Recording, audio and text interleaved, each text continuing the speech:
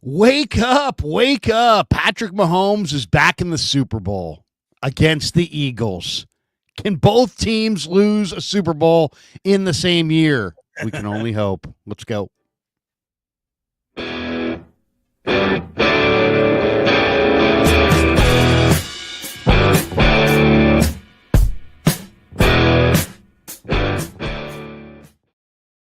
Welcome to Wake Up. It is great to have you here. We're brought to you by Sam's Chowder House, and it is fantastic to see you once again.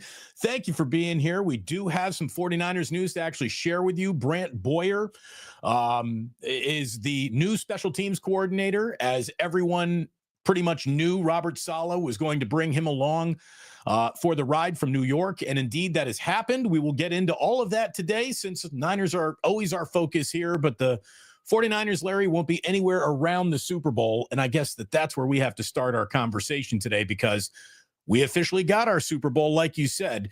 Patrick Mahomes and the Chiefs against Saquon Barkley and the Eagles. Pretty damn good, juicy-looking Super Bowl, all things considered. A real team of consequence that I think can go out there and meet the Chiefs on that field and answer the Chiefs on that field. Hopefully we get a great Super Bowl, but I just want to start by asking you a real simple football question, Larry. You think Josh Allen picked up that first down? I do. I thought Josh Allen had that first down. And then the NFL said he didn't. Yeah, I don't know. To me, I didn't think so at first. Then the second angle, I thought maybe he did. But, I don't know. It was close. It was close either way. My whole thing with this Super Bowl is just that here we go. I get a rematch of a Super Bowl that we've already seen. But I think it's going to end the same way the last one ended, which will be a close game, hard fought game. And somehow, some way, Mahomes and the Eagles or Mahomes and the Chiefs will wind up on top. And, it's just, Josh Allen had everything going his way, right? He had a great year, but what he didn't have, and we kind of referenced it, and it was the reason that I ultimately bet the Chiefs yesterday, is just that they didn't, as much as I wanted to invent a defense for the Bills, I just couldn't. They didn't have enough on defense, and I'm like, I don't know how, I'm looking at these Kansas City numbers. Mahomes had thrown for less than 200 yards a bunch of times, and Kansas City's not running it all that efficiently. They're not necessarily stopping the run. Their receivers on the outside are not necessarily doing a whole lot. It just doesn't – they look like they're kind of limping towards the finish line. But you know what? They found a way to put up 32 points. 32 points yesterday. That's the season high in points for the Chiefs. So, Kansas City's amazing.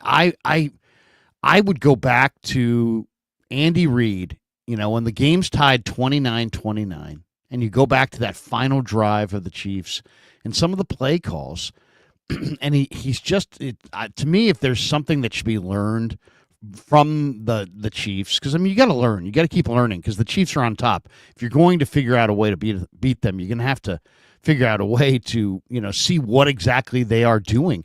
One of the things that it seems like they do really, really well is in the fourth quarter, they have great play calls and they move Mahomes out of the pocket.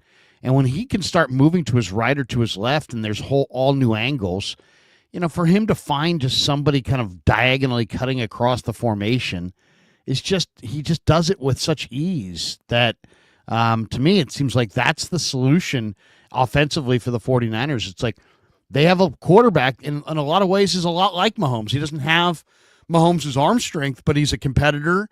He's got great vision of the field, and he can move. And the Niners ought to do that. I just think that, some of those plays that the Chiefs have where, you get Mahomes out front with blockers, you got to do that. You got to use some of that bootleg action and have that receiver out in the flat when you have Mahomes rolling to his throw hand side. And it's like, hey, make the defense decide. You want to defend the quarterback and leave the receiver open? You want to defend the receiver and leave the quarterback open to run? It's like truly a run pass option play for Mahomes, and he's operating it at an incredible level. So I like Philly to run the ball, and they're running the ball well, but somehow, some way, and I don't know how, I don't know exactly what it's going to look like, but I'm taking Kansas City on the money line. It feels like Mahomes always makes the right decision. He never has a moment where he makes the mistake that screws up the game or the game plan. What did we have? A really nice corresponding number of Niner victory when Brock Purdy doesn't turn the ball over. The Niners didn't lose this year when Brock wasn't responsible for the turnover. It feels like that formula is always in play for the Chiefs. You talk about the choices that he makes. It looks like an option. He can tuck it and run. He can throw it and go. It's off script. He's out of the pocket. He's dangerous. And you're right about all of that. The good timing, Larry, also extends to Steve Spagnuolo, who feels like he, like Andy Reid, keeps a couple of plays in the back of his play sheet, or in his case, a couple of blitzes on the back of his play sheet that he just saves for the X marks the spot time in the game. And when he decides to unleash that blitz, if it doesn't get all the way home straight up, it so thoroughly disrupts the play. If you ask me, what is the Chiefs' greatest strength? It's timing. It's timing of the choice, of the game-breaking play, of the moment where you thought you were going to get back into the game. Oh, no, you're not. And that, to me, is where the Chiefs just rubber meets the road. They got all the coaching in the world, maybe not even all the talent in the world anymore, but they got the best timing I think I've ever seen a football team have in terms of regaining control of a game, snuffing out hope for the other team. They pounce. When there is an ounce to pounce on, they're all over it all of the time. And look, Mahomes, you can love to hate him all you want. And I know that there's a lot of Chiefs fatigue and Mahomes hatred out there today. All I can tell you is you wish you had Patrick Mahomes. He is 29 years old, 7 years as a starter, 7 AFC title games, and next Sunday he'll be appearing in his 5th Super Bowl. Larry, it's the greatest start ever to a career, maybe across all sports. I mean, it really is. It really, really is. It's, the last thing we need to do is offer more verbal bouquets of flowers to Patrick Mahomes because he gets it blown by every broadcaster who does his games. He's so special. He's a great player. I mean, he's a great player, and it's a great organization. I mean, they give him good players. They drafted Xavier Worthy. I mean, in a lot of ways, this thing came down to those 2 selections at the end of the first round. I mean, the Bills had the higher pick. They traded it to the Chiefs. The Chiefs drafted Xavier Worthy. The Bills came back with Keon Coleman. Keon Coleman had 1 catch for 12 yards. Xavier Worthy had 6 catches for 85 yards and a touchdown. So in an era in a moment there where the rest of the Chiefs receivers last week and really in this playoff run have been shut down, you haven't seen Hollywood Brown or Juju Smith-Schuster or DeAndre Hopkins do diddly squat. They haven't done anything. No. They needed Xavier Worthy to step up and be that young receiver that's going to help carry them, and sure enough, he was. He had a couple runs for 16 yards. He caught 6 balls for 85 yards. He only was targeted 7 times. Chiefs were really good in the red zone. I'll tell you the one thing Kansas City doesn't do, and you just don't ever see it. They don't, they seem like they always have less mistakes and penalties than their opponent. Well, yesterday they had 1 fewer penalty. But they also, it seems like in the key moments, they get a final drive of the half where they need to score. They get a final drive of the game, 29-29. They're needing that field goal. It's that timing, Larry. It's a timing. They don't commit the false start. It's like, how many times did you see the 49ers get something going up? You know what? Illegal man downfield, false start, Aaron Banks, holding on Dom Pooney. The Chiefs don't do that. They don't take the penalty, a singular penalty, 1 holding call will put you behind the chains, and the numbers show that even any penalties on a drive have a huge a propensity to end that drive or to hurt that drive, and it's like the Chiefs don't make that penalty, and they certainly don't create that penalty in the fourth quarter, the overtime, the clutch drive. They never ever seemingly get called for a penalty. Their 3rd and 7 does not become 3rd and 17. Their 3rd and 7 does not become 3rd and 12. You know, they just it's an amazing thing. And then also I felt bad in this game. I mean, Josh Allen on that last throw. I mean, my gosh. I mean, catch the ball. You're a tight end. Yeah. The ball's right there. Dalton Kincaid, you're supposed to be one of the better hands tight ends in the game. I mean, like Mark Jesus, Andrews catch all the ball. over again. Mark Andrews all over again. These AFC tight ends letting down their quarterbacks in huge moments, man. It's happened all over this playoffs. It really has. I'd love to know, though. I'd love to know how many of the home teams have won in the last decade on Championship Sunday. And I think if there's anything that really should be learned from yesterday, if you're the 49ers, is guess what? You know, you won last year and went to the Super Bowl. What did you have in common with the Chiefs and the Eagles? You were at home on Championship Sunday, and you found a way to get it done. And it's now we're at a point where only one team gets that bye week. And obviously, we've always had only one team had the home field advantage. But, I mean, now you've got a situation where only one team gets the bye, and the 49ers can't – whatever they do with Brock Purdy, they better get it done before we get to, late June, because he's got to be there. He's got to be there for the OTAs. He's got to be there for the mandatory minicamp. He's got to be there when you're trying to install your offense and taking your new wide receiver and your new tight end and your new offensive lineman and your new running back, and you're trying to teach them the Niner offense. He needs to be there. So, I mean, the 49ers always they love to gear up for these contract talks. It's like, let's try to win. Well, guess what? Any contract that doesn't get done before 4th of July is a loss. Period. I would agree.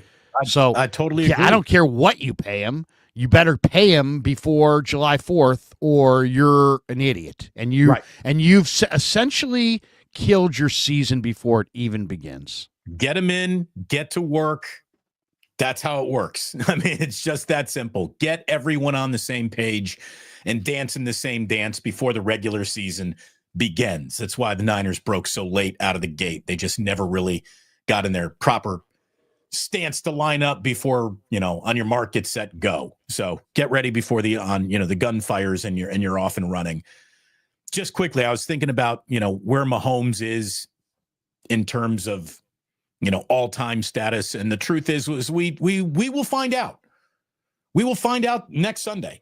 We really do. Because, Larry, if he does win 3 in a row and he's got that feather in his cap and no other team, no other franchise can say that they've done that, that's going to be pretty hard to deny him being, the backup quarterback to anybody historically. You could say, look, it's going to come down to a 3-man conversation. It's Brady, it's Joe, and it's Patrick Mahomes.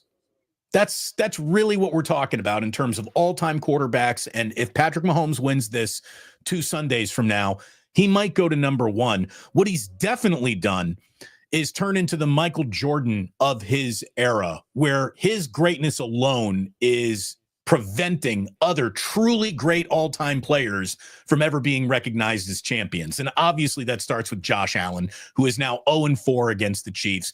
But it's the same thing with Lamar Jackson.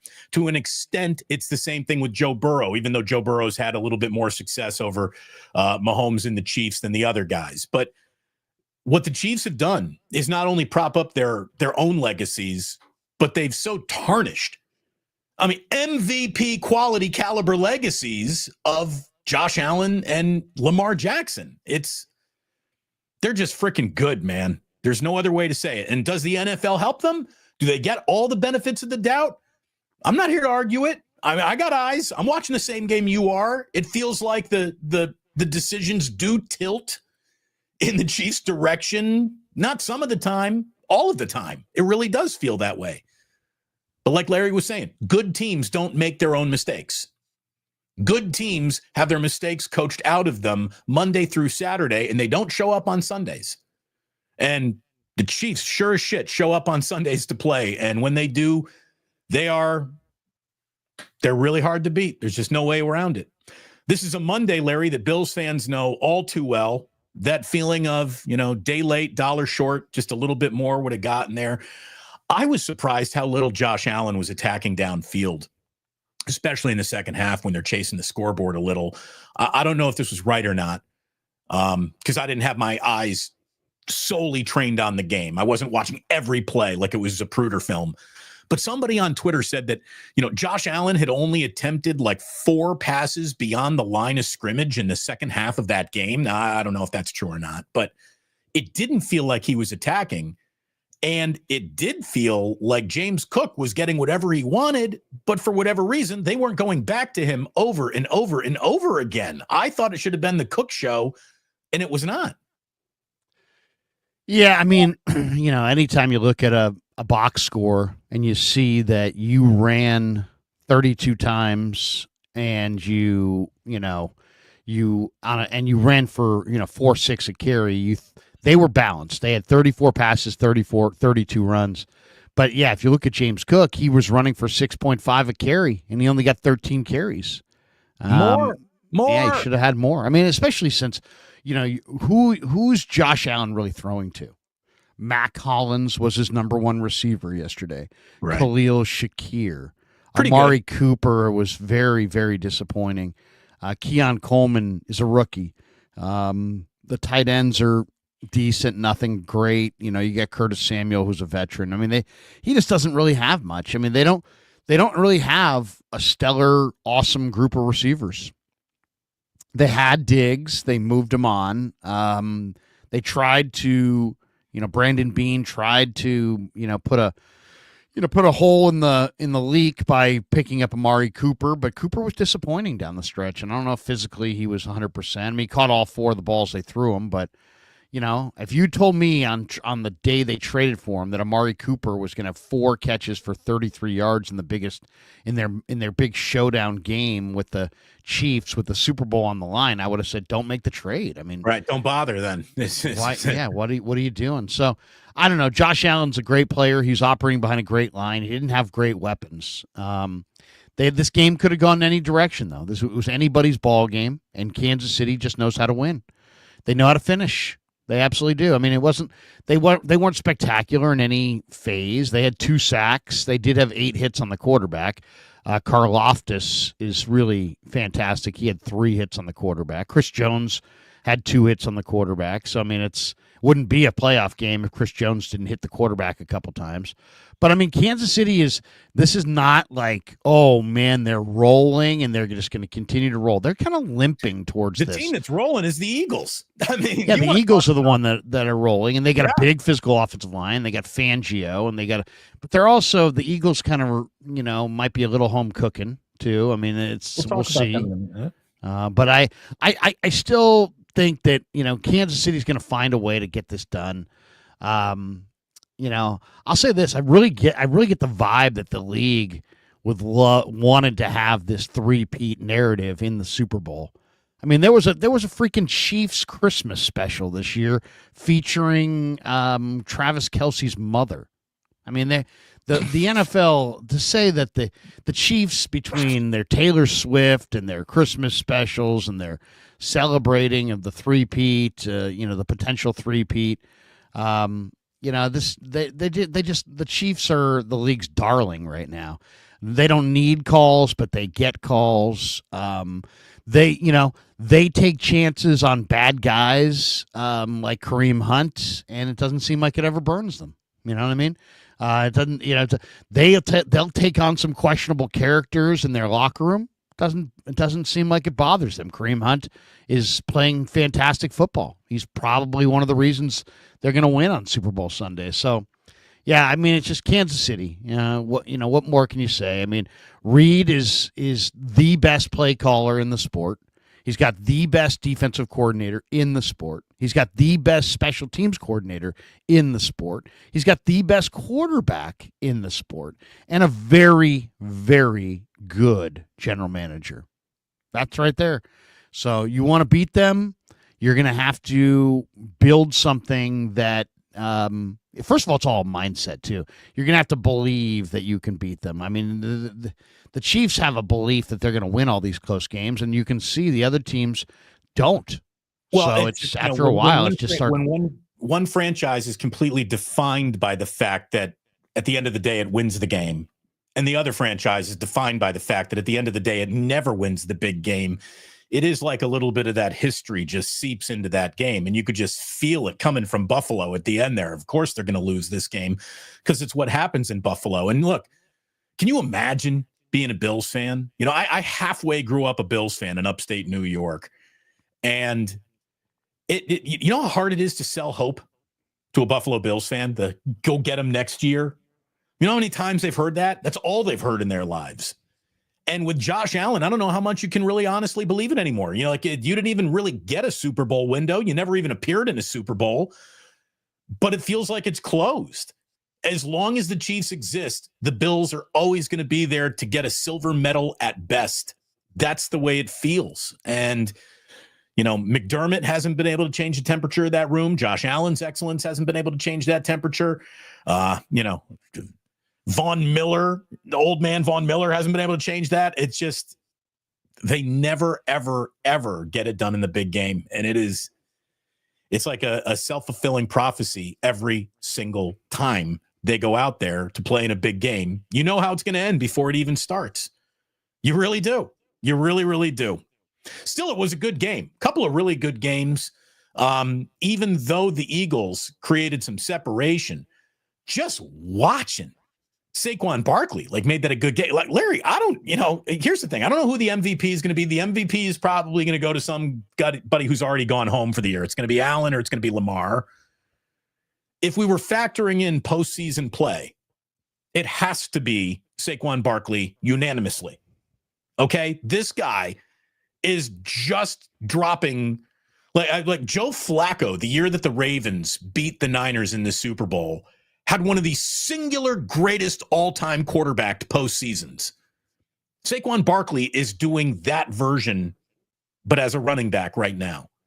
Here we go. We'll share the screen on Saquon Barkley. Here's the moment from Hard Knocks that from the summer. Just bury the knife in him, Larry. Just twist it. What's the latest? Just on the Saquon thing. I just got a text that Chicago's driving the price up and Philly's out. I don't know if that's true or not.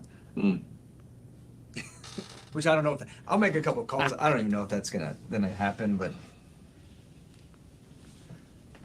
I have a tough time sleeping if Saquon goes to Philadelphia. I'll tell you that. As I've told you, just being out. I've been around enough players. So, but he's the most popular player we have by far. yeah. Joe Shane sitting there with a shit-eating grin on his face, like he somehow has some kind of secret that Wellington Mara doesn't know. You're Joe Shane. You've never won dick in your life. You only started shaving like 3 weeks ago, and now you're like you basically just handed your best player to your arch rival because you couldn't get it done, despite the fact you have no talent on your roster to speak of, and this guy was your best player. You still abused him. He runs to Philly and now is going to the Super Bowl. I'm surprised Joe Shane didn't get fired for that. Every single member of the Giants front office should be marched out to the middle of Times Square in New York City. And on the hour, every hour, one of them is executed until they draft a player better than Saquon Barkley. I mean, so good bad. God. You want to talk about you think you know more than football reality? That's I think I know more than what my own eyes tell me. I can move on from our best player, no problem. Larry, I don't think it's an exaggeration. Saquon Barkley is the best ad in this league as a free agent since the 49ers added Christian McCaffrey. And when was that? That must have been years ago. Well, I guess that was just a year or two ago. Yeah. No, it's amazing. In fact, if there's one thing that we ought to kind of maybe focus on is that look what happened the last couple of years. The Niners had a good team, got Christian McCaffrey, and ran the hell out of the ball and went to the Super Bowl. The Eagles had a really good team, added Saquon Barkley, ran the hell out of the ball, and are going to the Super Bowl. You know, maybe you look at the Detroit Lions. You know, they drafted Jahmyr Gibbs in the first round. A lot of people were like, what are you doing? Why are you drafting this running back in the first round? Maybe we're at a point now. You just mentioned James Cook and how good he looked. We might be at a point now where the devaluing of the running back is probably should come to an end. I mean, ultimately, yeah, you can have quarterbacks are great and they mean a lot, but could Mahomes do this if he didn't have Kareem Hunt? I don't know. I don't know. Would the Eagles be the same Eagles? Would they be in the Super Bowl if they didn't have Saquon Barkley? Would the Niners have reached last year's Super Bowl without Christian McCaffrey? No chance. Look what happened to the Niners this year without Christian McCaffrey. They won 6 games. So this idea that, first of all, this is an awesome running back class. You have to be able to run the ball. All right. And if the teams that can run the ball, I mean, have a distinct advantage. And right now, you're looking at the Eagles have a shot to beat the Chiefs because of one guy, Saquon Barkley, because of his presence. I think it's the NFL's ultimate cherry on top position, right? What you really want is a good football team. Get yourself a competent quarterback who is, middle of the pack or better. Get yourself an offensive line who can protect him and open up holes. Get a defense that is competent. Have a coach who knows what he's doing. Have another coach who makes sure that special teams mistakes don't define who you are. And then you add that running back. It is the perfect final piece to make a team come together. It's the running back is the carpet that really ties the room together. If I can go a little Big Lebowski on you here. Yeah, it really brings the room together. And that's what Saquon Barkley's done for the Eagles. He, they got good backs. The Eagles with Kenneth Gainwell, I'm sure would have had a 10-win season, Larry. They're pretty good, right? That's a good football team. That's a really good football team. And I'll tell you, you're asking about lessons that the Niners can learn from this postseason. Obviously, they went through the cherry on top running back experiment of their own. Not making your own mistakes. Certainly that's a good lesson. Getting better defensively. That's a good lesson. The real lesson, I think, for the 49ers is continuity. How many times in Philadelphia did they talk about getting rid of Howie Roseman? Maybe. Certainly Nick Sirianni. Sirianni's got to go. They're trying to fire their coach every other week in Philadelphia. Fans are.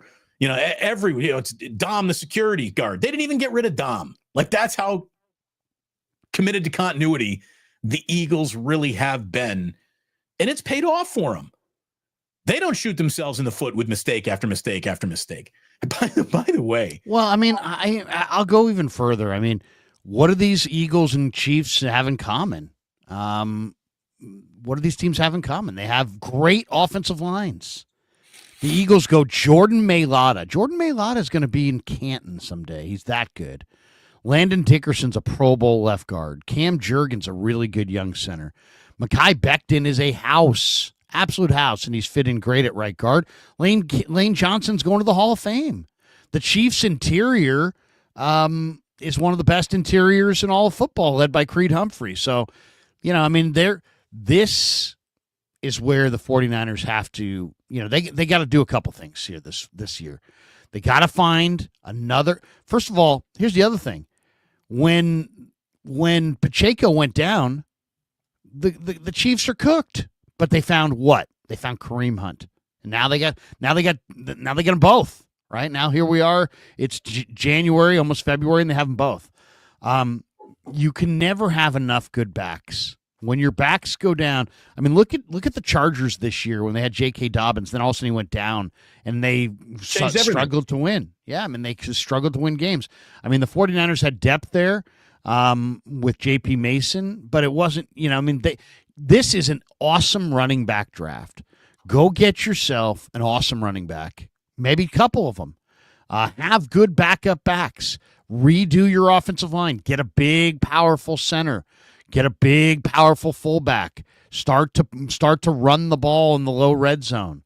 But the 49ers need to, really they need to build up both their defensive line, their offensive line.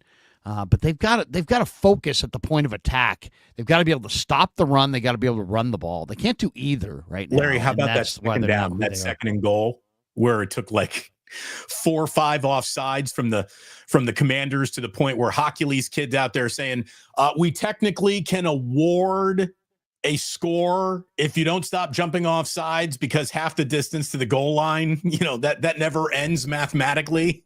We can take this to infinity if you guys keep jumping offside, so we're not going to allow. I've been watching football for almost 50 years, Larry. I've never heard an official make that announcement in a stadium saying that if you guys don't stop jumping offsides, we're just going to give the other team their touchdown because we got to keep this game moving forward.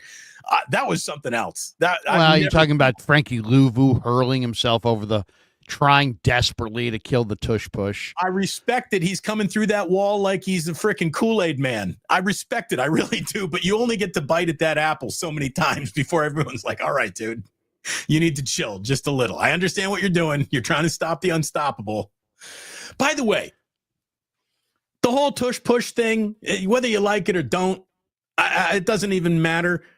How come one team can be so good, so unstoppable at it, and yet another team with a bigger, stronger, even better quarterback in Josh Allen is so bad at it? Like, say whatever you want about the tush push. The Bills might be in the Super Bowl if they had something like that. It's amazing how bad Josh Allen is in short yardage to gain situations, and he's one of the great running quarterbacks ever. It's really they ought to eliminate the tush push. I mean, seriously. I mean, how is the tush push in any way different than a running start and hurdling over your offensive lineman?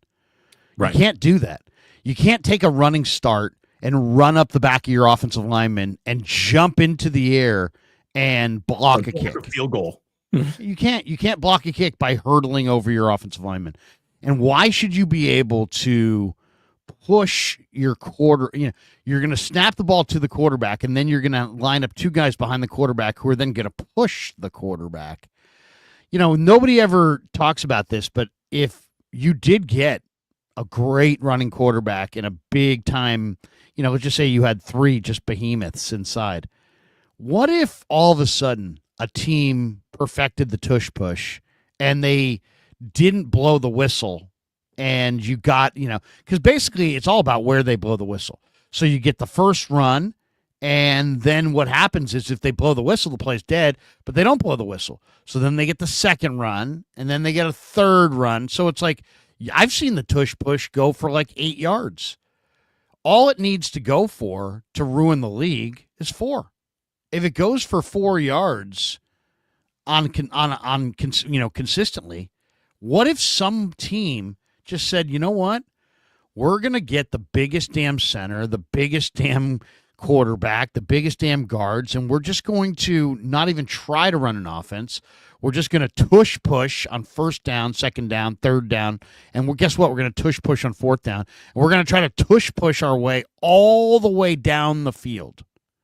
And I know that it would take literally just a couple games like that before the NFL would literally they'd rule it. They'd say, no. We're not going to give away our beautiful passing game to a bunch of, basically we're going to turn our game into rugby. We're not going to do it. I don't think you need to worry about it because no coach has an ego so small that they don't want to show you how good of a coach that they are. There's no coach who would be comfortable running a play for an entire game. So it's never going to happen. They would if they ran. They would if you could not stop it. I'm going to tell you right now. I mean, what if the 49ers lost their quarterback in the championship game like they did? What if the Niners had been the Eagles? If the Eagles in that same game, instead of the Niners losing Purdy, if the Eagles had lost Hurts, let's just say, and they or lost their running back and they had nothing, or lost a receiver, they actually run that tush push, and if they ran it effectively in a game and got 6 or 7 yards and you couldn't stop it, why would you're never fumbling hardly. You're not putting the ball in the air. It's a low risk deal. I'm just saying. Wouldn't do it. Shanahan would want to have some sort of play where he shows you how smart he is. We all know that. But here's the deal: how smart is it to go? How smart is it to keep running for 5 yards a pop on first down? Look at it this way: if Kyle Shanahan can tush push his way to a Super Bowl, he better fucking start on that project today. Okay. Well, anybody could. Anybody could do it. If any team can tush. By the way, not anybody can do it. As far as I'm concerned, there's only one team that can do it, and they do it, and they do it better than anyone. They do. Well, other teams do it and have some success going for, I'm just saying my whole thing is just like, hey, look, this is not good for football. And if you can't, I mean, it's bizarre. You can't hurdle your line, but you can push your quarterback. I don't have a problem with the play. Stop it. I mean, I really do. Stop it. Stop creating the 4th and short scenario that the tush push takes advantage of. Play better on 1st, 2nd, and 3rd down. I mean, to me, but they're not only doing it on 4th down. I mean, they'll do it on 3rd down sometimes. I mean, it's not always a 4th down situation. But I'm just saying, it's so effective and so ugly that if it stays, if it becomes more effective, it's going to remain that ugly. And so eventually, if every team in the league did it and did it a ton, they'd overrule it, because it's terrible to watch. That's the problem.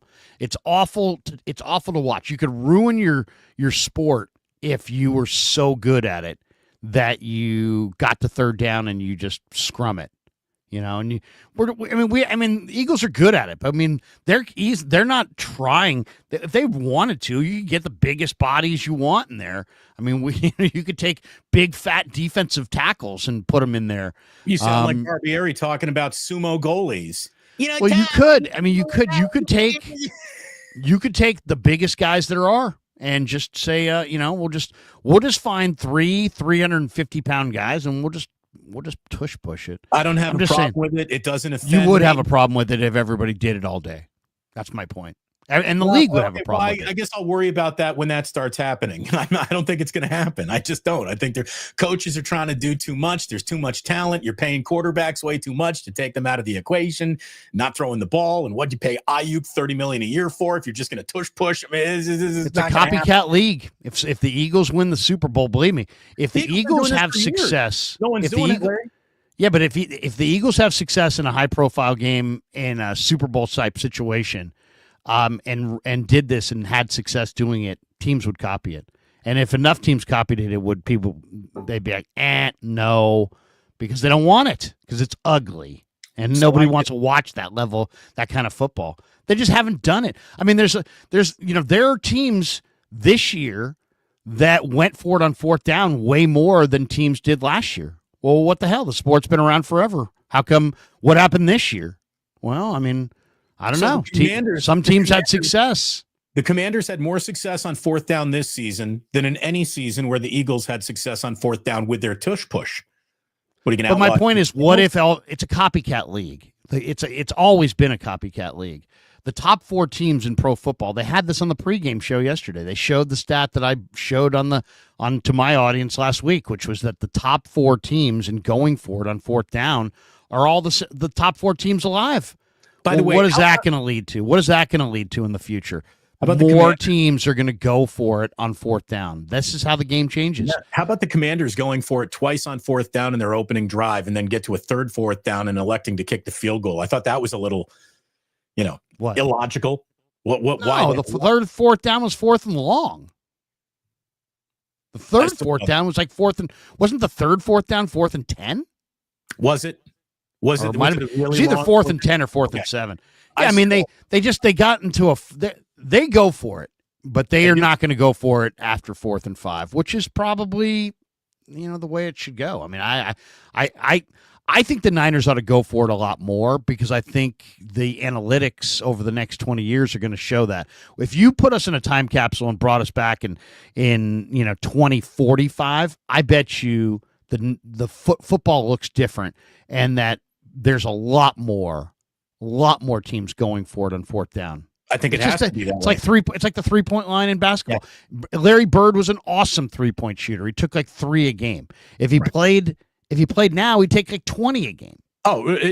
So the change in basketball, let me tell you, if basketball were played in the early 90s like it is today, the NBA's all-time leading scorer would have been Reggie Miller. Reggie Miller would have been shooting 17 threes a night. Reggie Miller didn't shoot 17 threes in a month when he was playing, So, yeah, right. I mean, it's a totally different game now. And some people would argue that this game with the threes is the better game. This is the better way to play. I don't know if it's more entertaining or not, but you could make an argument about, does it help you win?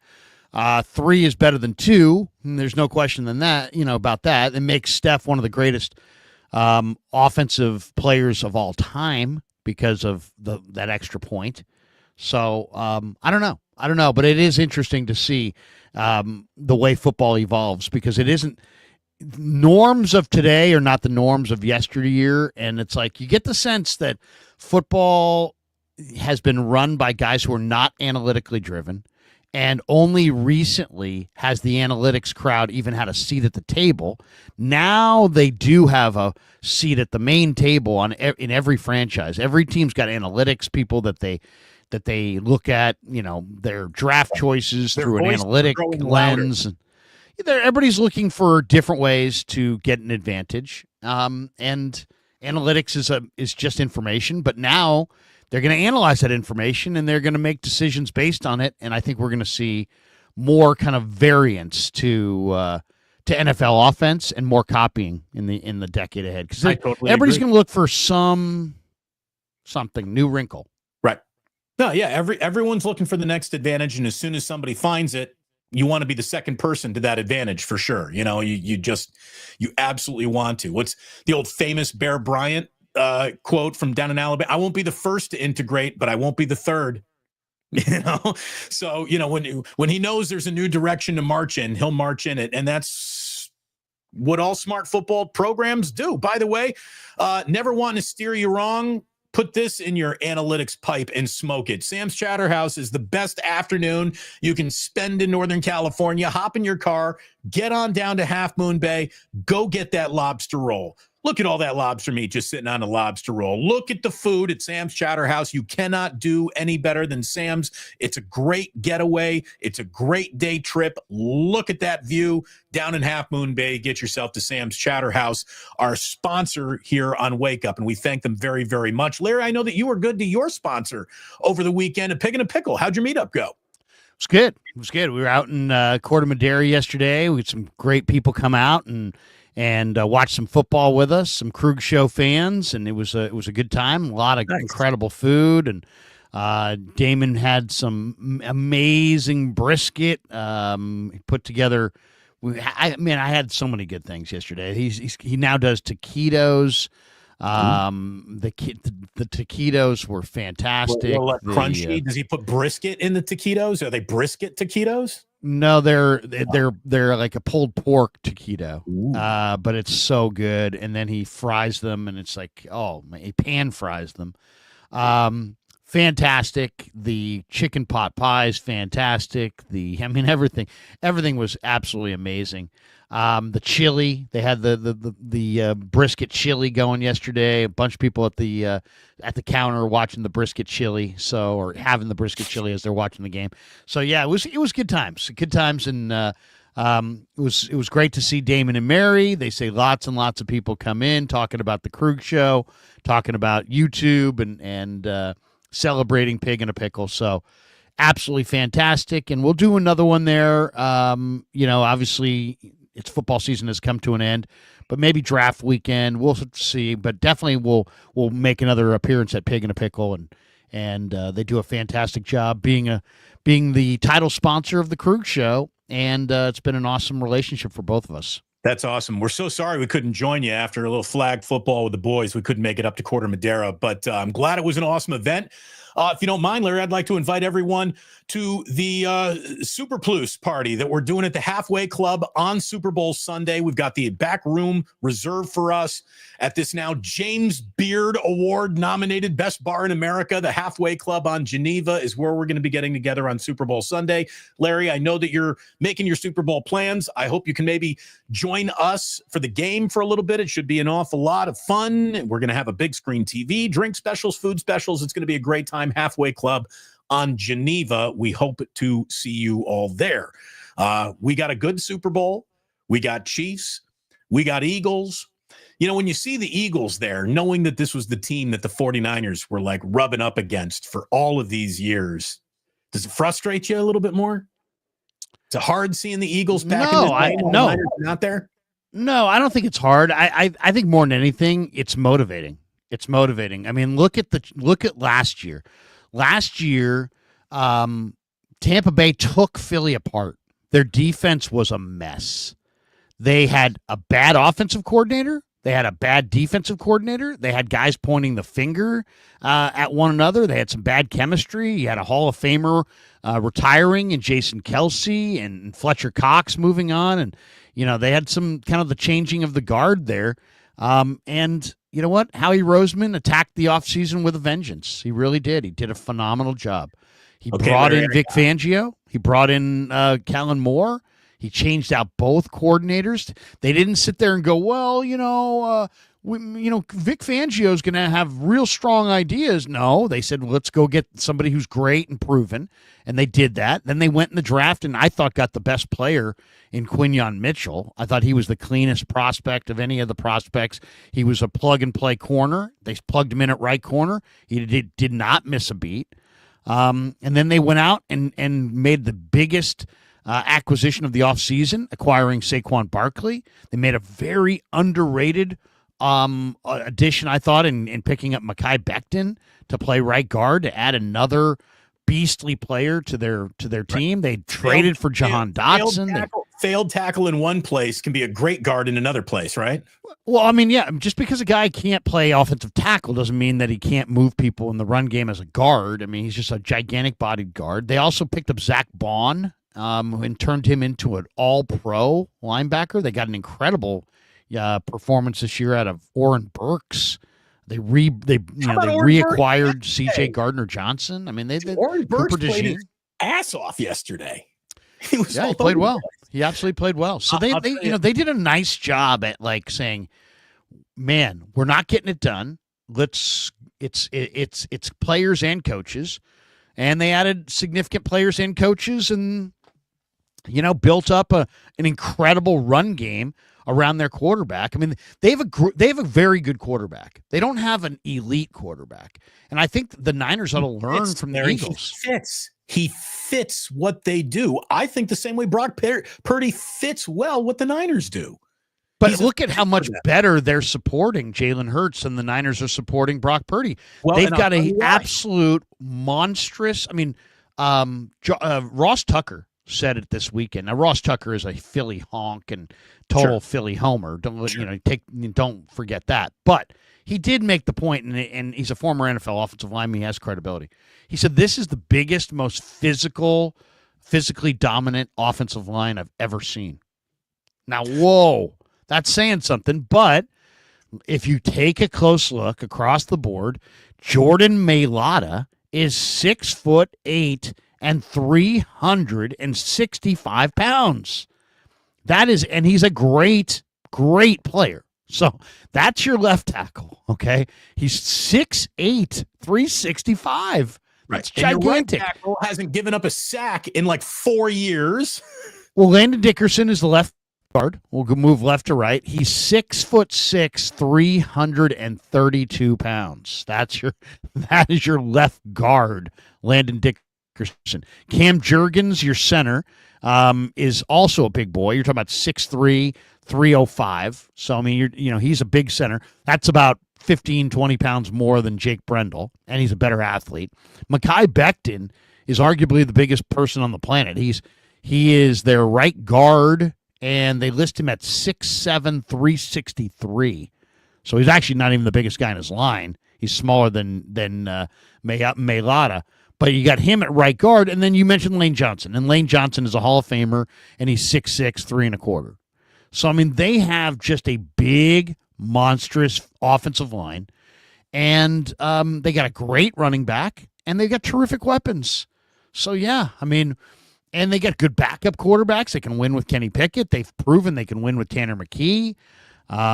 They have a second back in Kenneth Gainwell. I mean, they've got a really good tight end in Dallas Goedert. I mean, they've got Devontae and Jahan Dotson and AJ Brown. Hold on. So here, really good team. I did a little show prep for you, and this is going to sound like a segment that you would do. This is a very Larry Krueger segment I'm about to do for you. You ready? Do you want to know why the Eagles are going to New Orleans and no 49er will be there without a plane ticket that they buy on their own? It's because one of these teams keeps hitting on early picks, and the other team traded a lot of early picks for Trey Lance. That's the difference. Just going through the first 3 rounds of the last 4 drafts. Last year, Quinyon Mitchell, Cooper DeJean, Jalix Hunt, 2 starters in the first 3 rounds. In 2023, Jalen Carter, Nolan Smith, Tyler Steen, 2 starters in your first 3 rounds. 2022, Jordan Davis, Cam Jurgens, and Nakobe Dean. Now, I don't think Nakobe Dean's even rostered anymore, but the other 2 guys are starters.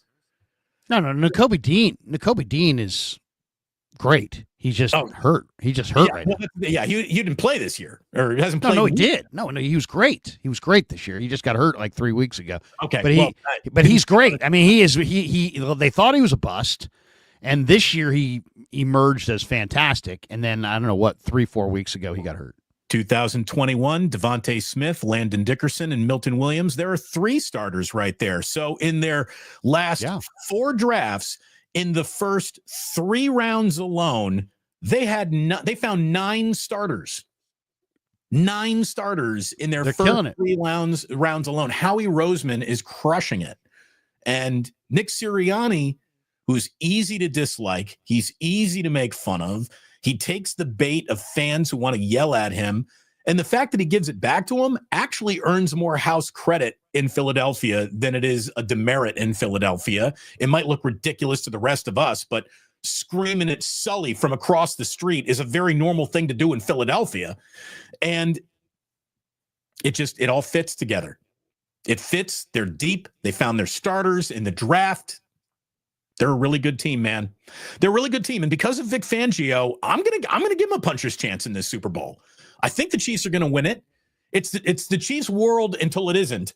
But I will say that the Eagles are maybe the best team remaining to make it an isn't Chiefs world out of this Super Bowl. They really are. I think they got the defense, they got the defensive coordinator, and they got a guy in Saquon Barkley that can take the Chiefs and leave their offense on the sideline. Like, I think if you're the Eagles, you are looking for 12-play drive after 12-play drive after 12-play drive, all Super Bowl long.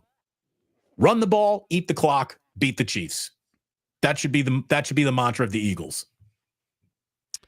Yeah, I mean, run the hell out of it.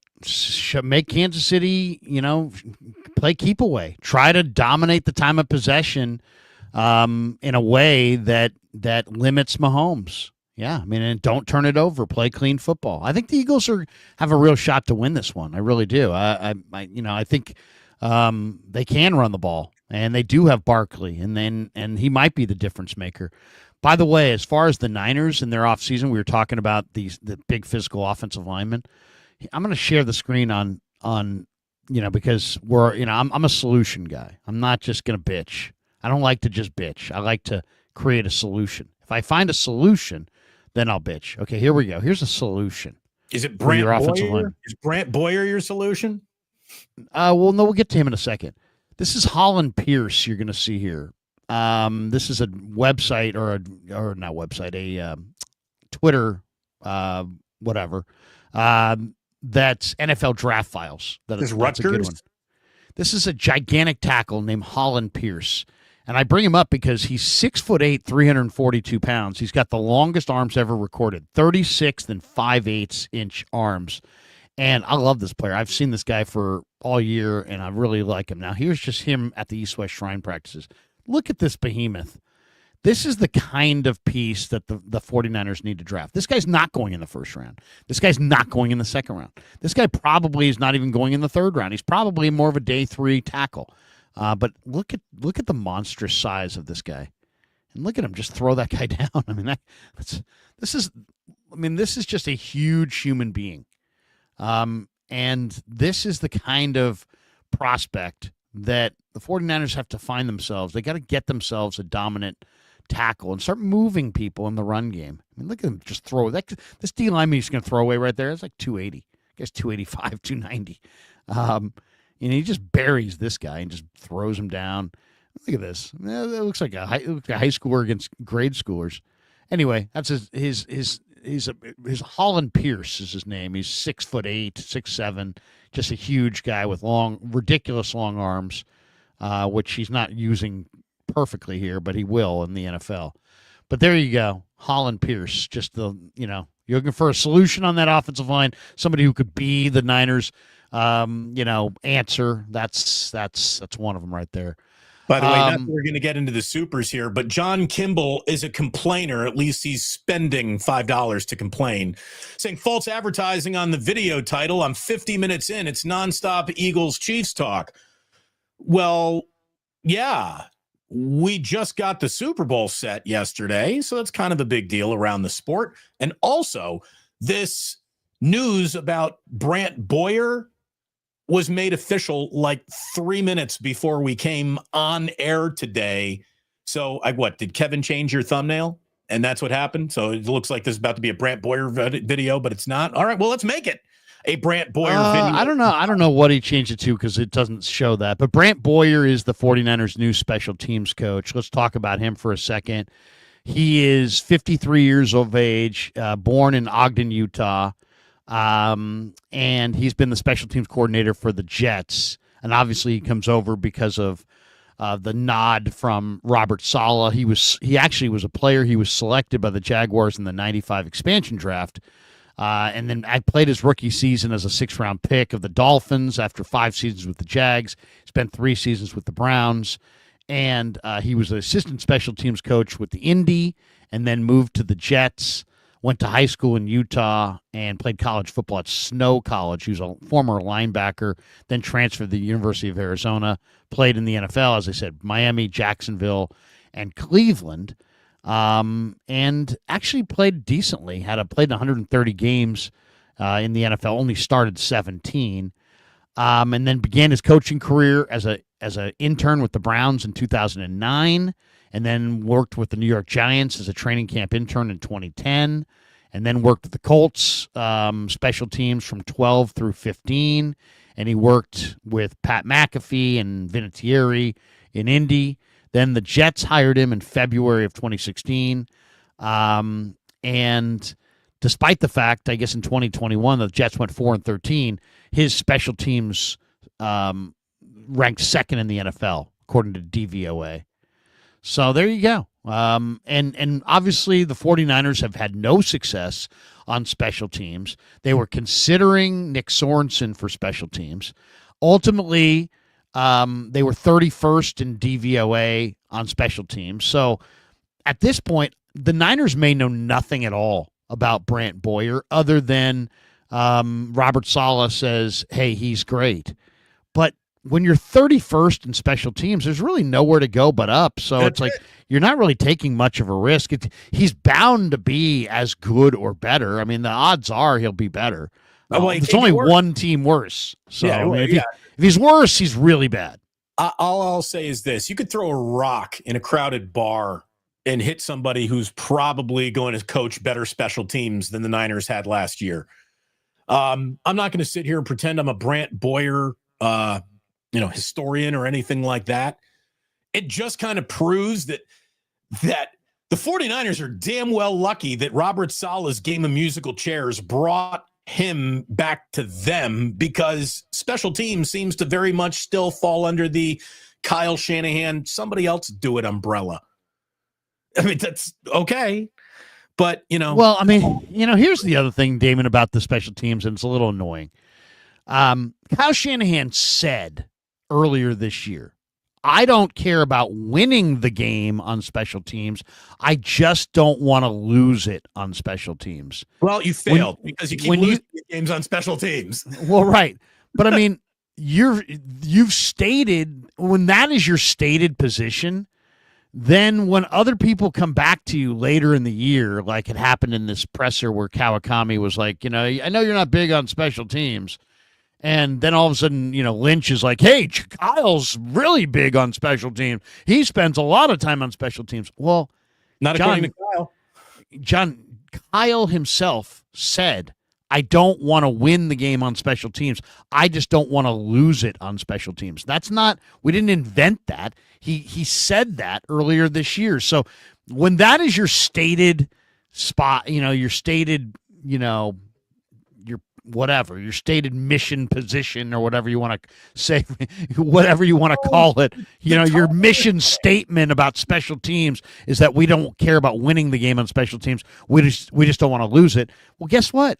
Then you have opened yourself up to people saying, well, we know you're not that big on special teams. And it's like, okay, there's probably a little difference between, the two things, but you know what? It's not crazy to say you're not big on special teams when in the same calendar you said, I just don't want to lose the game on special teams.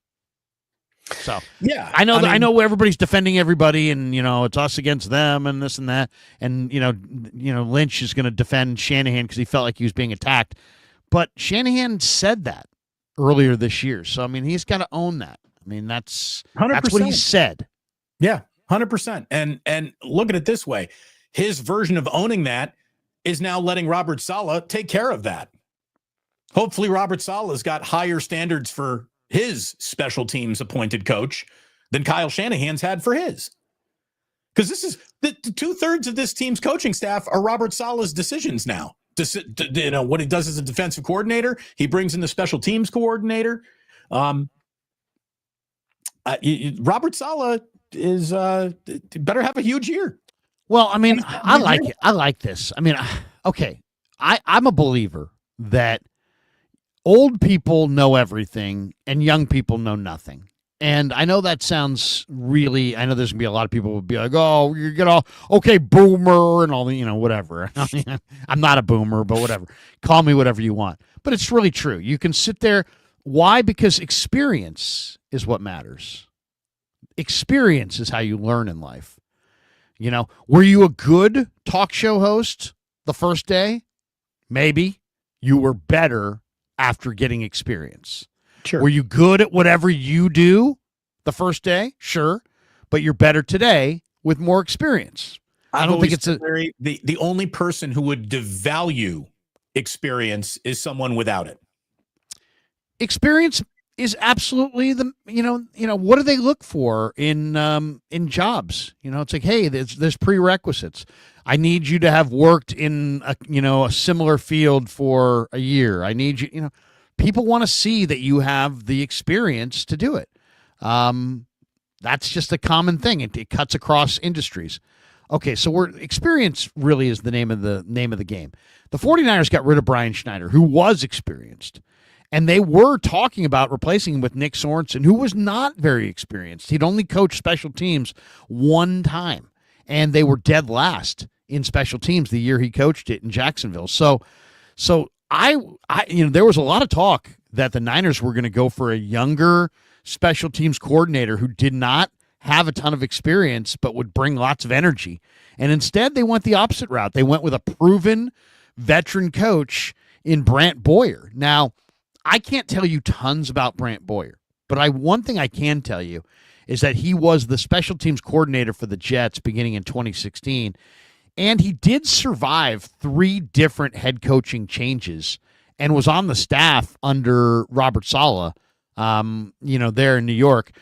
But I mean, so they blew out 3 different staffs and they kept their special teams coach. So, I mean, that tells me that, 3 different regimes saw value in Brant Boyer. So he, as I said, he was, prior to joining the Jets in 2016, he was the Colts assistant special teams coach for 4 years, 2012 through 2015. So anyway, we'll see where it goes. There's nowhere to go but up. Yeah. You're 31st in special teams. You can't do a whole lot worse. Well, Shanahan doesn't sound like he had a connection with anybody that was good, but maybe Saleh does. And if that's the case, then you know what? Bring it on. Bring it on. The Niners have done everything else, right? They invested high picks in special teamers. They invested free agent dollars in special teamers. That now they've got a coordinator with experience who comes recommended from Robert Saleh from the Jets. So we'll see. They did have a return for a touchdown last year, or they had a couple fakes or something. They did some things that the Niners would never do. Every single special teams coordinator is basically sitting down at the same poker table, right? You got a kicker that is, around league average. You got a punter who's he's a fucking punter. No big deal. You get one of those anywhere. And what you really have is like the last 8 guys on the roster to play with. That's what you really get. You get the bottom third, the bottom fifth of the roster to really be your group, to come together and just play competent. Like not a lot of games are won on special teams. So I'm not going to crucify Kyle for saying, we're not trying to win on special teams, but the truth is you can win a game on special teams. That can be a value add if you try to coach it into being that. If you're just going to let it doesn't really matter that much, then don't expect much to ever happen. And certainly for the 49ers, not much has ever really happened on special teams. It's bad. And all those things that happen are bad. I mean, for the last 20 years, special teams has been a yawn. Yeah, I mean, they outside of Brad Seeley, when Harbaugh was here, when they had like guys like Blake Costanzo, and they really were good on coverage units, and they had a real good run there. Right, you had under Brad Seeley Jr. But who never other really than that much. Niners have been bad on special teams. And this year, week 2, there was a blocked punt against Minnesota. Week 3, there was a fake punt for a first down, and then a huge return late in the game that led to the Rams coming from behind and beating the 49ers. I mean, there were major F-ups all season long on special teams. And it couldn't continue. I mean, they probably should have fired Schneider halfway through, but they didn't sound like they had an idea for anybody who was any better, and they just rolled with it, and it wound up burning them most of the year. So, I agree with Shanahan. You don't necessarily have to win the game on special teams. You don't have to have some super creative way to win the game on special teams, but you have to be competent. You have to be efficient. You have to play mistake-free football. When was the last time the 49ers went, I don't know, an entire game with no penalties on special teams? I mean, it's like 49ers special teams and penalties are just like one and the same. I mean, they just go hand in hand. 49ers this year? 49ers played one good game all year, the Bears game. And sadly, it's probably more reflective of the Bears being bad than it was the Niners being good. But they played one really well-balanced four-quarter football game all year, and it was against Chicago. And that was it. Every other game had easy to see. The Jets game was pretty decent. The Jets game wasn't bad. The Dallas game had a good third quarter, but you're right. They didn't play. They didn't put a 4-quarter game together all year for the most part. And that's why it was like late in the year too, when people were like, well, you know what? If they just win out, it's like, what? Win out? They can't even win back to back. And you have them running the table. Well, if they win every game the rest of the year, yeah. And but yeah, Larry, did my Philadelphia Eagles draft prep segment give you the feeling of me not mailing in this show? We never mail it in. Girls, we try not to mail it in, but we're all human. We've all got flaws. And let me tell you, this time tomorrow, I am on a plane with my wife heading to just south of Cancun, Riviera Maya. We're going to be in Mexico for 4 days. I got 4 nights of fish on the beach. There will be margaritas. There will be other things. It's going to be a really, really good time. But, Larry, that means I am not with you for the rest of the week. So no wake up on Monday or on Wednesday or Friday. And I'll be back a little wookish next Monday for you. Well, enjoy yourself. We'll be here working hard, as we always do, growing the empire of Krug Channel Nation. So looking forward to that. It's an empire and a nation now. Oh, it's a nation. It's an empire. It's a movement. Oh, by the way, here we go. This, just so we have a little context, since we just threw this out there on this Brant Boyer. Here's a little extra info for those. Here's a real fan of mine. Big Money Music says, "Take your time, Damon. Thank you very much." Jets special teams DVOA. 2024 with 5 different kickers, they were 29th. So they didn't have a good year this year. But last year, 5th, 2022 second, 2021 second, 2020 fourth, 2019 second. So that's good. I mean, There you that's good. I'll the take most that right there. Jets. That looks good. I'll take that all day and every day. That's a major step up, is it not? That's a major step up, without a doubt. Yeah. You give. How about that? You can take five positions away from each of those ending positions, and it's still a massive upgrade. You know, you can add a digit to everything. Drop from 2 to 12, and you've still done better than what the Niners did last year. So, all right, let's hit some supers here. Barry Ford says, unless you're up 2 touchdowns on the Chiefs with 2 minutes to go, then you may have a chance to beat Patrick, who will probably go down as the best quarterback ever. I mean, Patrick Mahomes has an incredible skill set. He's got a very strong body. He's got a really great arm. He's got just enough foot speed to be dangerous. And he's surrounded by a terrific coach. And he's been groomed by Alex Smith and Andy Reid. He's got the support of Reid. The only time that he was even fallible was when he had lost both offensive tackles and lost to Tom Brady in the Super Bowl because Tampa Bay's defense just kind of owned the day. And really, other than that, nobody else has had any success against Patrick Mahomes. And all these guys, Josh Allen, Joe Burrow, Lamar Jackson, Brock Purdy, Jalen Hurts, they're all wearing no rings, none, because Patrick's got them all. He's done to them what Michael Jordan did to Stockton and Malone and Sean Kemp and Clyde Drexler, all these great players that shared the era who never got a bite of that championship apple because Jordan took all the apples. Yeah. That's what Mahomes is doing. 7 years as a starter, 7 AFC title games. That's amazing. The Chiefs, it's literally his birthright to be in the game. The Chiefs' season begins in the AFC title game. It's amazing. That's freaking amazing. They've got this thing, and here's the other amazing thing: nobody ever hires Spags away. Nobody ever hires Dave Taub away.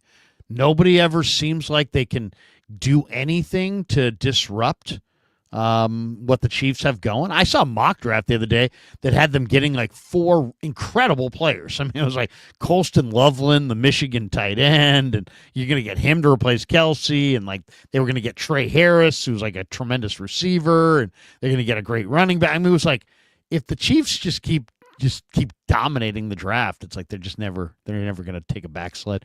Chardol in the house says SGA Sports Talk Channel new member. Way to go! Nice, welcome, thank you. Justin Rodriguez might be a hot take, but with two T's, I don't really have to hear about how Lamar Jackson and Josh Allen are so elite. They rarely seem to deliver in big playoff games. Also, very tired of the Chiefs.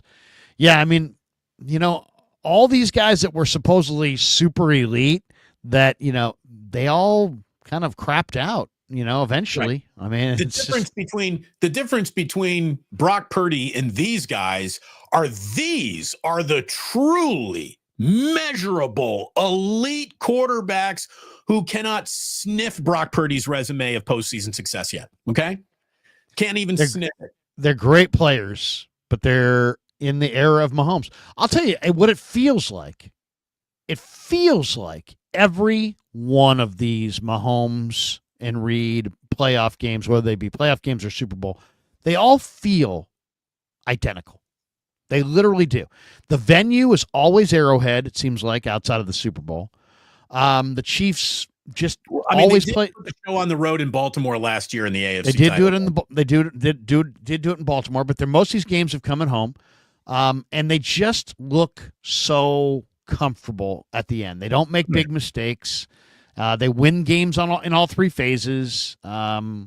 It's truly an amazing thing. They are a dynasty, and it really does feel kind of like you're in their moment, and it's not your moment. That's the vibe that it gives when you're watching them. It doesn't feel like, man, Brock Purdy and the Niners are in their moment. No, it feels like they're in Mahomes' moment. Look, until somehow you climb that mountain, it's going to feel the same. No 49er fan's going to sleep better with this information, but maybe it'll help you fall asleep just a little faster. You're still going to toss and turn.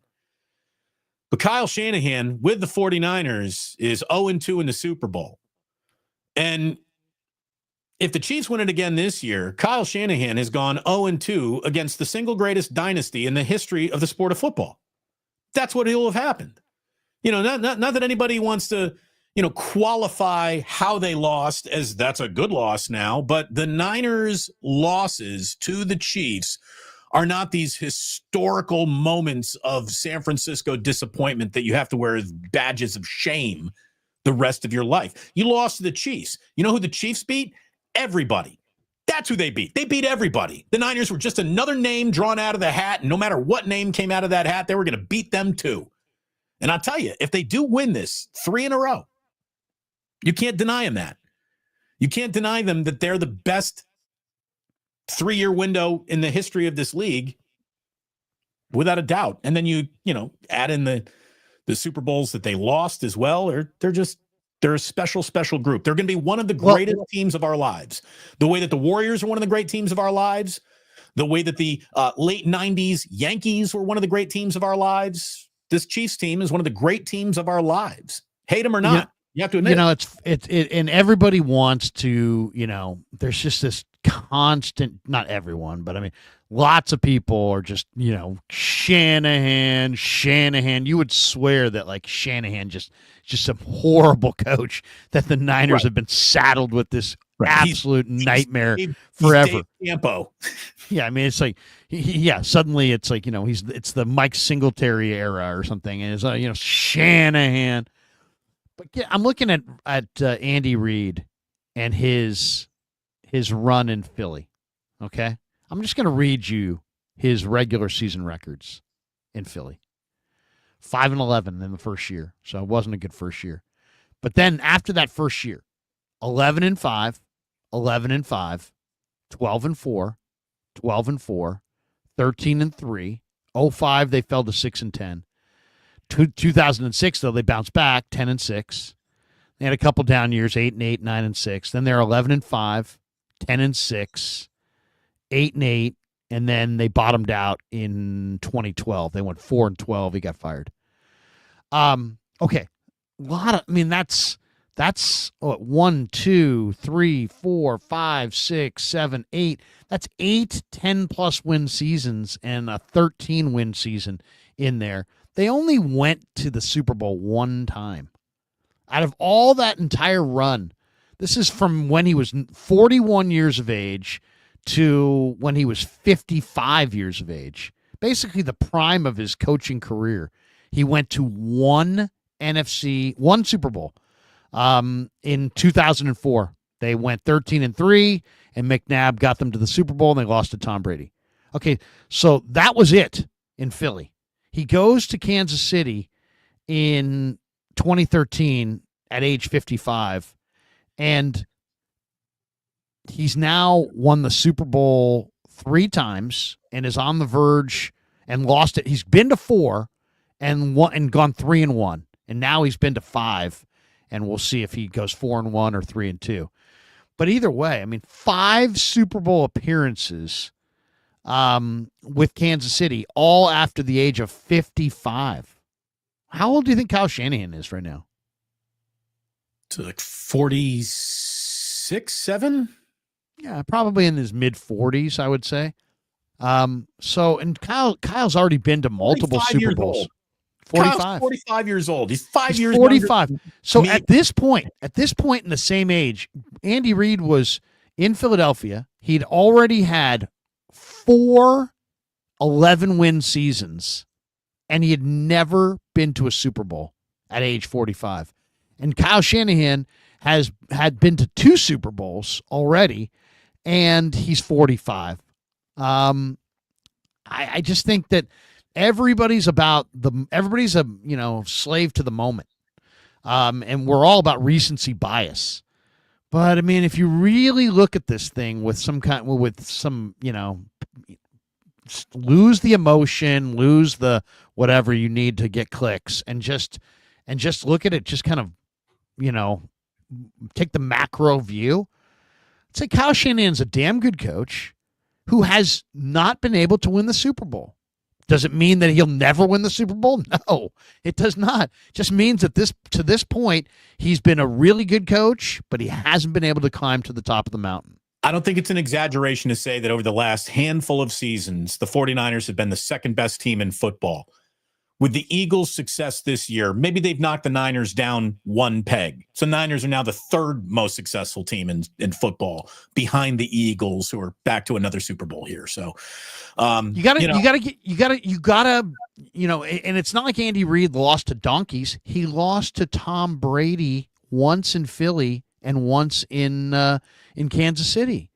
He lost to Tom Brady both times that he didn't get the Super Bowl.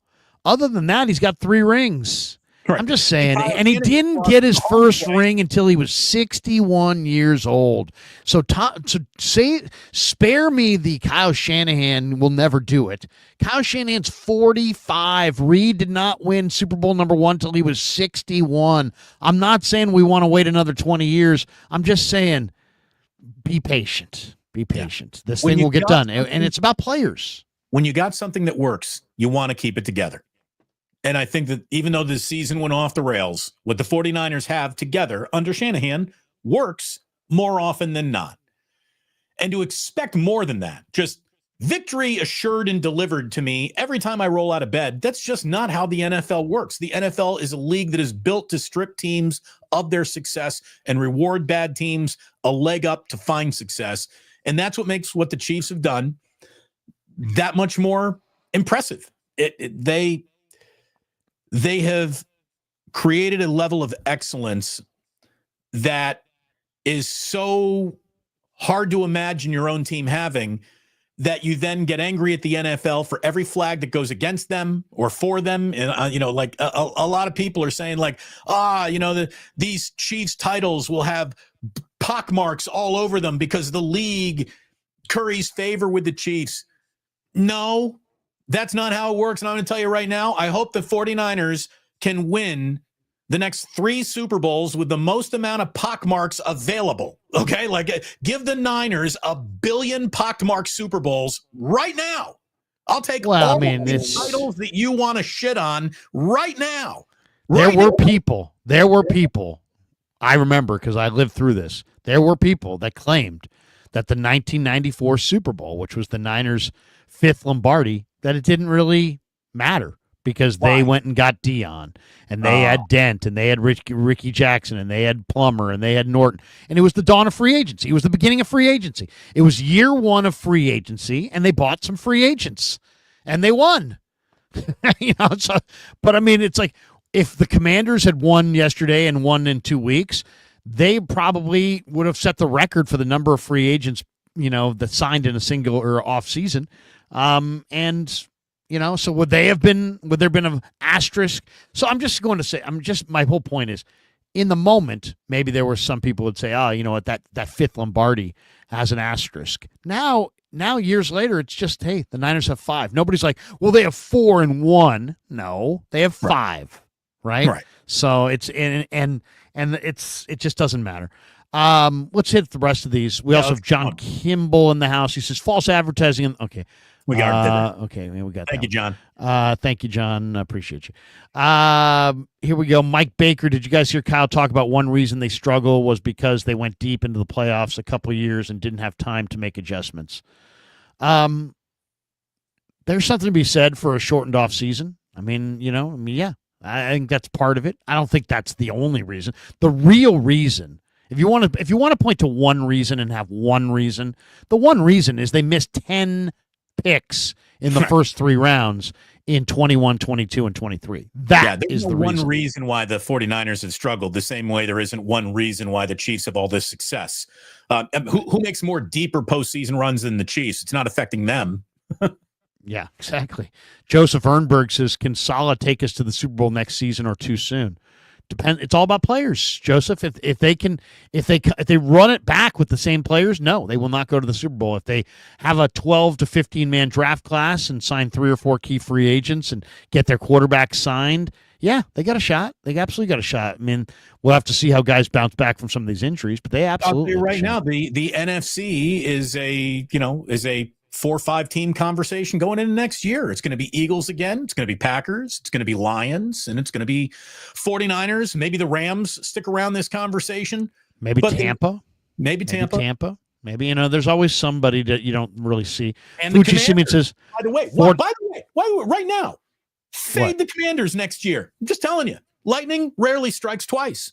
Watch the Commanders come back under the guise of they're going to be the team to beat. And for whatever reason, they're not, because the league has a little bit of a book on Jaden Daniels. It's going to be like CJ Stroud and the Texans 2.0.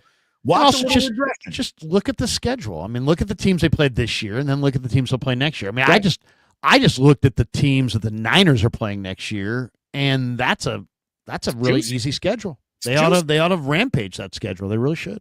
10 wins. Fuji Simeon, 49ers need to poach some of the Eagles' draft scout staff. Okay. Take that. Fuji Simeon, do the Niners extend Purdy before or after the draft? My guess is it's going to be after, but I would like it to be before. I think you do it in March. As soon as that calendar year flips, I think I get it done right then and there. But I think they're going to wait. But you know what? I don't think they're going to want to wait. I think they're just ultimately it's going to take longer. They can't let it get to July. If it gets to July, and I saw this the other day, and I totally agree. A good deal for the Niners in July or August is still way worse than a bad deal for the Niners in May or June. Get it done. I like that. I like that, Larry. Yeah, because it doesn't matter. It's not about the dollars. It's about no quarterbacks ever won the Super Bowl by holding out. You can't. He's got to be there when they install this offense. Clarence Beeks, Dubliner, West Portal. Yeah, love the Dubliner. Says, let's drink ourselves stupid at the Dubliner, and boo both teams. Larry Krueger has appeared at the Dubliner on occasion. I have. Unfortunately, my laptop could not appear with me. That was a problem. But Greg R. Jay-Z says, sorry, guys. The Queefs and the Mahomes have no respect from us and Dave Portnoy because the refs carry them. They are no dynasty. On the take, Queefs. Yeah, right, they're a mega dynasty, and you and Dave Portnoy can go try a slice of pizza. Who gives a shit what you guys think? I mean, seriously, like to deny the Kansas City Chiefs of who they are and where they are means you're a jealous little bitch. Who's Portnoy's team? Patriots? Yeah, he's a Patriots guy. Of course. Joseph Ernberg. So you want Kyle for another 6 to 7 years? I have no problem. First of all, the Niners are one of the best teams in pro football. I mean, if you said to me, who's the dominant team of this era? Everybody would say Kansas City. If you said who's the second most dominant team in this era, I think most people would say Niners. So yes, I would like Kyle around. I do remember Chip Kelly, who, by the way, is now suddenly people want Chip Kelly. How wild is that? How wild is that? Chip Kelly is the biggest fraud of a coach. The idea that he was going to be like some innovative monster. What's innovative about him? He runs bad plays quickly. I mean, he won at Ohio State. Did you see their team? They have 2 NFL running backs, 3 NFL receivers, 2 NFL offensive linemen, an NFL quarterback, and like 9 guys on defense who are going to play in the NFL. You're telling me that it was Chip Kelly? That's what you got out of that? I mean, unbelievable. I'll take that freshman receiver all day, every day. You can have Chip Kelly. Joseph Ernberg, how many years without Super Bowl do you give Kyle? It depends. Yeah. It depends. I mean, it's not your birthright to win the Super Bowl. How many times does Kyle miss the playoffs? Because I think if Kyle were to make the playoffs for the next 5 years in a row, he's going to get a 6th year. I mean, I know that everyone thinks that without a Super Bowl, it's nothing but colossal failure. That's not how these teams see themselves. It's not the reflection they're looking for in the mirror. And you could say, well, I have higher standards then as a fan than these owners do. No, but they're running a business and they know acutely how difficult it is to be successful in this business. And for some reason, you've been sold a bill of goods that you believe it's easy. And I don't know why you would believe that, because there's proof every single Sunday on your television how hard this all is. But you assume that for the 49ers and Kyle Shanahan, it should be a level of easy that is unavailable to anyone else. And I just don't know why people think like that. I don't. This shit is hard. Very hard. It's funny, too. It's like Mike Tomlin. When was the last time Mike Tomlin one, but everybody's like, Mike Tomlin's the greatest coach of all time. So he's the greatest coach of all time, and Shanahan only has got, the clock's ticking. But Mike Tomlin doesn't want a playoff game, and like I think I have kids that are, my kid was like barely born last time he won a playoff game. Fuji see me. I still laugh at Andy Reid at age 12 in that punt, pass, and kick competition video. Do the Lions take a step back with the loss of both coordinators? I definitely think the Lions take a step back. Damon was talking about talking about other teams taking a back step. I think the Lions definitely do. Andy Reid looked like Andy Reid. Offensive line to be a problem. They really do. The Lions got some shit that matters almost more than coaching does. But yeah, there's no way the Lions are going to be better next year than they were this year, right? Well, I mean, it depends. I mean, the star of their show is their general manager, and he keeps drafting great players. So if he just keeps drafting great players, they'll be fine, no matter who their coordinators are. But yeah, I mean, losing Aaron Glenn, that's going to hurt. Losing their offensive coordinator, who's mercurial, that's going to hurt. Yeah, I think they're now starting to probably question the bloom's probably off the Jared Goff rose. I don't know if they'll be chanting Jared Goff anymore. But yeah, it's next year. They're going to roll into the year with expectations, and let's see if they can get it done. And we got this one from Greg RJZ. Mahomes Super Bowl stats versus Montana's equals Chevy versus a Ferrari. Okay. I haven't checked Montana's stats, but I know there were no picks. Barry Ford says, bring me back a shot glass from Mexico. There you go. Mike Baker says, Larry, can you please ask Kyle why no hurry-up offense? It is odd. That would be worthy of a question because they ran a hurry-up offense at times. Obviously, Kyle is a believer that if you have the talent, you don't have to worry about changing tempo. And that tempo is something that you do when you don't have the talent, when you don't match up, and you start playing games with tempo. Because, I've asked him about it in the past, and he said, yeah, well, we did a lot of tempo when we first got here. Well, and that's all he'll say. But the implication is we did that when we first got here because we didn't have enough talent. And now we have plenty of talent. Now we don't need to do that anymore. And I don't know that I would agree with that wholeheartedly. I think I'm just calling a little bullshit on that myself because tempo means the other team can't make line changes. Tempo means the other team's got to stay in its packages. And tempo is, it's a wrinkle. I mean, look at it this way. When another team plays tempo against you, do you feel anything? If you don't feel anything, then okay, that's fine. But if you feel anything, that's the impact of tempo on an opposing defense. So when other teams run tempo on you, you can't, as Damon said, you can't make substitutions. You can't make the changes and adjustments you want to make, and you're a little bit stressed. Is it ruining the game? No, but it adds a little bit of stress to the next play or series of plays. So if it adds a little stress, why wouldn't you want to add a little stress to your opponent?